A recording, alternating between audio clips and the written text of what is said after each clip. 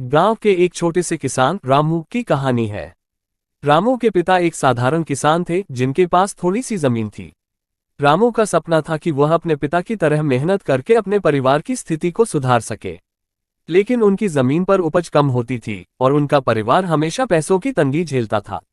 एक दिन गांव में एक कृषि अधिकारी आया और किसानों को नई तकनीकों के बारे में समझाने लगा। रामू ने भी वह बात ध्यान से सुनी। अधिकारी ने बताया, मिट्टी की सही जांच और खाद का सही इस्तेमाल आपकी फसल की उपज को बढ़ा सकता है। रामू ने यह बात सीखी और ठान लिया कि वह कुछ अलग करेगा। उसने पास के कृषि केंद्र से संपर्क किया और अपनी जमीन की मिट्टी की जांच करवाई।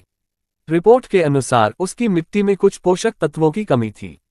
अधिकारी ने उसे सही खाद और बीज का सुझाव दिया। रामू ने अपनी छोटी सी बचत से खाद और बीज खरीदे।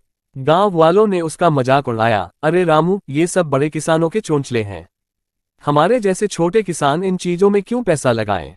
लेकिन रामू ने किसी की नहीं सुनी। कुछ महीनों की मेहनत और देखभाल के बाद रामू की फसल लहलहाने लगी। जहां पहले उसे मुश्किल से घर का खर्चा निकलता था, इस बार उसकी फसल इतनी अच्छी हुई कि उसने उसे अच्छे दामों पर बेच दिया। रामू ने अपनी कमाई से अपने खेत के लिए एक छोटा पंप सेट खरीदा और अगली बार और भी बेहतर तैयारी की। अब गांव के दूसरे किसान भी रामू की मेहनत और सूझबूझ को देखकर प्रेरित हुए।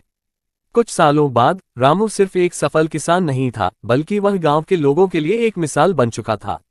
उसने ये साबित कर दिया कि सही जानकारी और मेहनत से बड़ा सपना भी साकार किया जा सकता है।